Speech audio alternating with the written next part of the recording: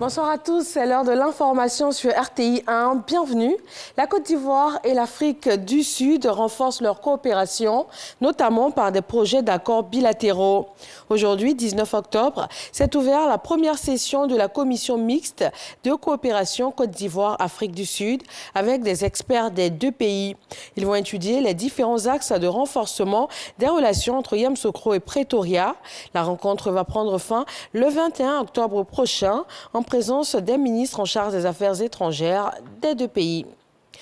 De ce 19 octobre jusqu'au 29 octobre prochain, la Cour de justice de la CEDEAO tient une audience hors siège à Abidjan. 10 jours pour examiner 40 affaires, dont la plupart sont des cas de violation des droits de l'homme dans les pays membres de la CEDEAO. Le complexe formé par le parc national de Taï et la réserve d'Unzo constitue le plus vaste massif forestier d'Afrique de l'Ouest sous stricte protection.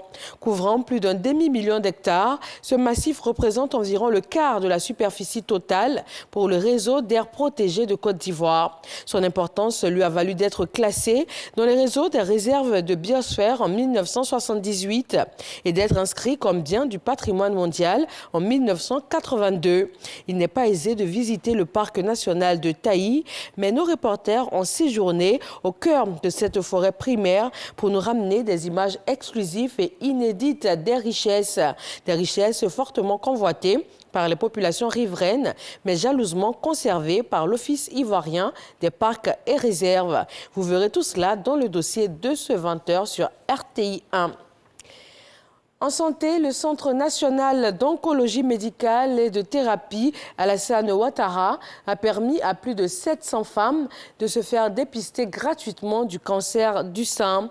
Pendant 16 jours, elles ont également été informées et sensibilisées sur cette maladie.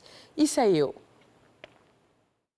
Le cancer du sein est un problème de santé publique en Côte d'Ivoire. Le mois d'octobre rose est mise à profit pour sensibiliser et faire dépister les femmes. Aujourd'hui, Rafiatou, étudiante, est présente au Centre national d'oncologie médicale et de thérapie Alassane Ouattara, CNRAO, à Cocody, pour une séance gratuite de dépistage du cancer du sein.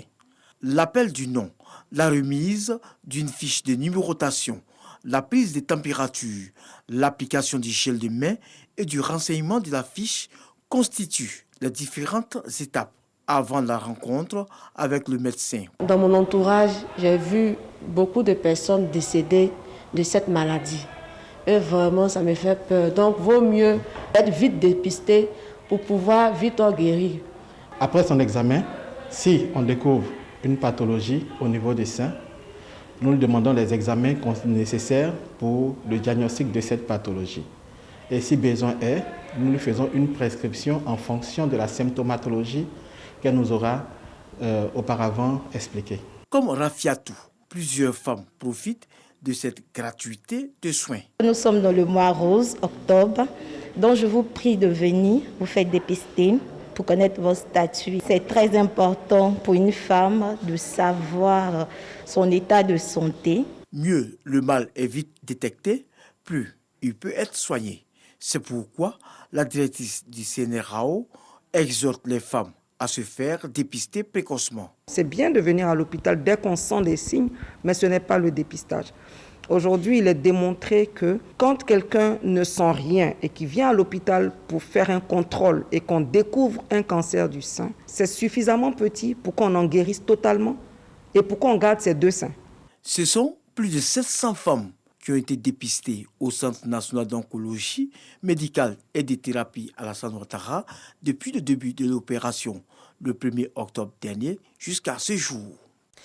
En Centrafrique, la coalition rebelle CPC affirme que les forces loyalistes ont déjà violé l'appel au cessez-le-feu lancé par le chef de l'État, Faustin Archange Touadéra.